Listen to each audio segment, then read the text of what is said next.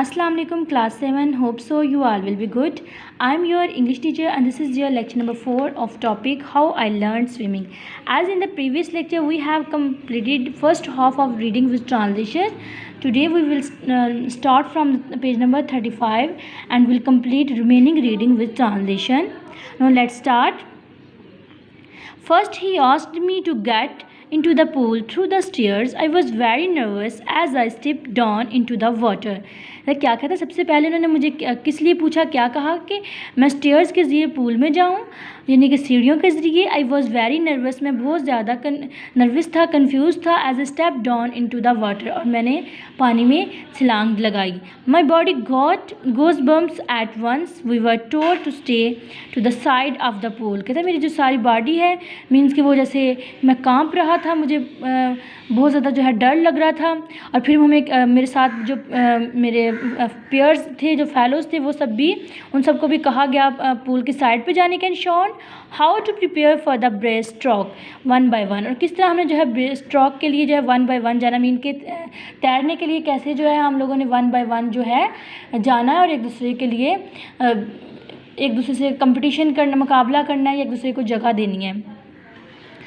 The instructor had us grip the kickboard while he pulled it over the water and we were kicked smoothly. सब उसने क्या किया, उसने kickboard को जो है उसके अंदर पानी के अंदर फेंका और हमें सबको कहा कि इस पर अपनी ग्रिप को स्ट्रॉन्ग करें और आहिस्ता आहिस्ता से क्या करें, जो है तैरना स्टार्ट करें. Pretty soon I was off doing this by myself.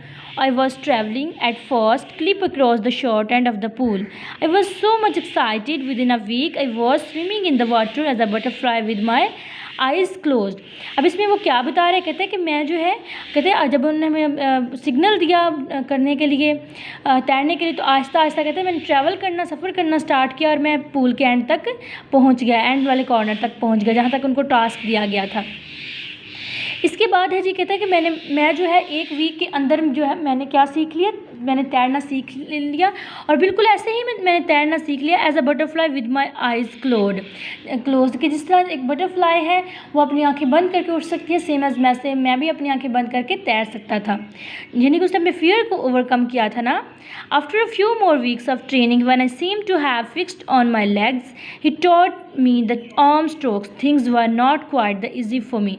कहता जब हमने क्या कि पहले हमें सिखाया गया कि जो है अपनी टांगों को आपने किस तरह हरकत देनी है, किस तरह फिक्स रखना है, और जो है आपने ऑन माई और किस तरह जो है ना आपने तैरना. उसके बाद कहते हैं ही taught me the arm strokes. अब उन्होंने हमें आर्म स्ट्रोक्स सिखाए. थिंग्स वर, कहते हैं कि मेरे लिए ईजी चीज़ नहीं थी, but my instructor was very patient.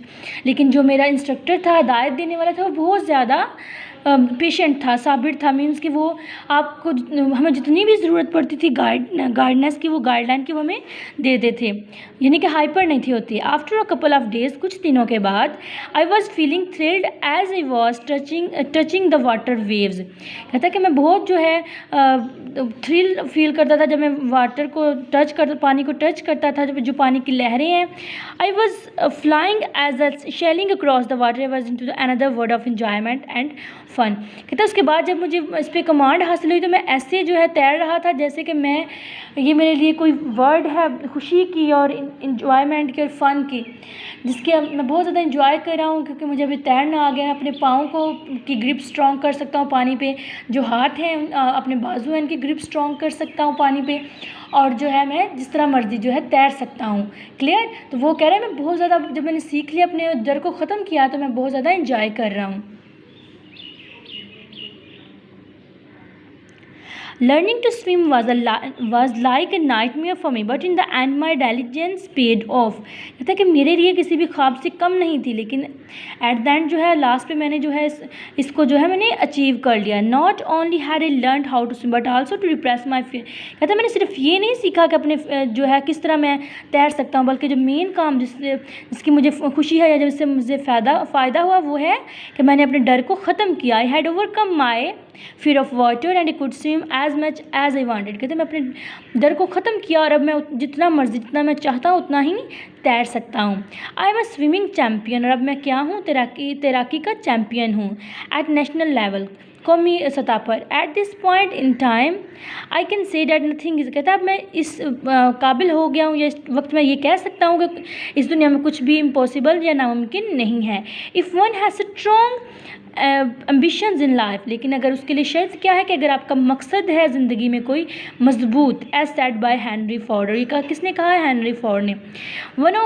Henry Ford ने क्या कहा है आगे उसने कोटेशन में लिखा हुआ है, one of the greatest discovery a man makes one of his great surprises is to find he can do what he was afraid he could not do. कहता है कि जो अजीम डिस्कवरी है वो क्या है कि अगर इंसान कुछ करना चाहता है और उसको लगता है मैं नहीं कर सकता, तो लेकिन जब वो कर लेता है उसके लिए सबसे ग्रेट डिस्कवरी या सरप्राइज़ ये होता है कि वो कहता था कि मैं नहीं कर सकता, लेकिन जब उसने करने की कोशिश की, अपने डर को ख़त्म किया, तो उसने वो कर लिया। क्लियर?